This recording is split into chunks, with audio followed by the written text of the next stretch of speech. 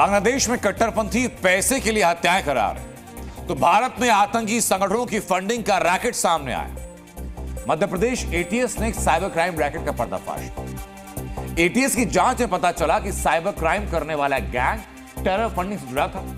ये लोग भारत के नागरिकों को ठगते थे और ठगी से जमा किया गया पैसा खाड़ी के देशों में बनाए गए खातों में भेजा जाता था। देश के अलग अलग राज्यों से पैसे बैंक में भेजे जाते थे और ये पैसा मिडिल ईस्ट में ट्रांसफर होता था। इस गैंग से जुड़े 14 सदस्य पकड़े जा चुके हैं, जिसमें 2 महिलाएं भी शामिल हैं। इन ठगों ने लोगों से कितना पैसा किन किन खाड़ी देशों में भेजा और ये पैसा किन संगठनों के आतंकियों के खातों में पहुंचाया गया, इसको जवाब देगी हमारी इन्वेस्टिगेशन रिपोर्ट। साइबर क्राइम ठगों का ऐसा धंधा जो सिर्फ भारत में नहीं बल्कि पूरी दुनिया में फैला है और इसी साइबर क्राइम का टेरर फंडिंग से कनेक्शन सामने आया। मध्य प्रदेश एटीएस की जांच से जुड़ी जो जानकारी जी न्यूज को मिली, उसके मुताबिक ये साइबर क्रिमिनल अलग अलग तरीकों से पैसा ठगते थे। ये लोग डिजिटल अरेस्ट के जरिए लोगों से पैसा ऐंठते थे। इसके साथ साथ ये लोग फेक वेबसाइट बनाकर लोगों के साथ ठगी करते थे। क्यूआर कोड स्कैम के जरिए साइबर क्रिमिनल्स ने पैसा ठगा और नौकरियों का झांसा देकर ये लोग इंटरनेट के जरिए पैसा जमा कर रहे थे। मध्य प्रदेश के सतना और जबलपुर से साइबर गैंग की धरपकड़ शुरू हुई और जब तार खुले तो पता चला कि इन साइबर ठगों ने मध्य प्रदेश समेत हरियाणा, तमिलनाडु, पश्चिम बंगाल और उत्तर प्रदेश तक अपना जाल फैला रखा था। कुछ शेल कंपनियों के जरिए पैसा इनके खाते से निकाला जाता था और फिर खाड़ी में कुछ देशों तक पहुंचाया जाता था।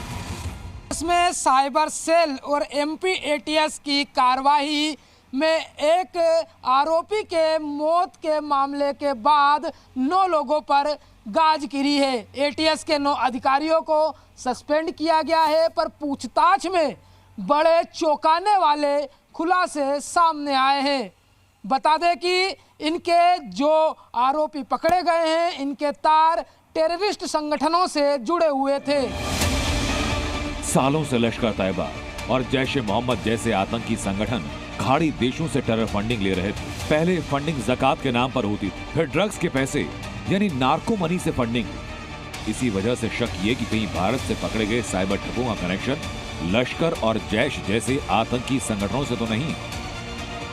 ऐसे म्यूल अकाउंट्स का चलन किया गया था, उनको उपयोग किया जा रहा था, जिसके द्वारा लोगों से ठगे हुए पैसों को फिर वो दूसरे उपयोग में लाते थे। इसलिए पुलिस इन ऐसे गैंग्स पर जो कि फर्जी अकाउंट्स और फर्जी सिम का उपयोग करते हैं उन पर भी नज़र रखती है, क्योंकि इनका उपयोग किसी भी तरह की आपराधिक घटनाओं में हो सकता है और खासतौर पर ठगी के मामले में तो हो ही रहा है। इसलिए पुलिस ने इस पूरे मामले को बड़ी गंभीरता से कार्रवाई की थी। साइबर ठगी का रैकेट काफी हद तक इस्लामिक स्टेट जैसा है।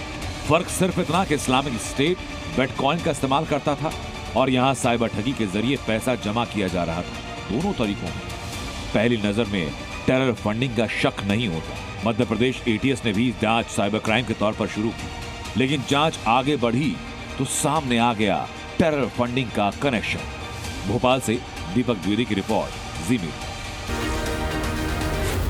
जी न्यूज।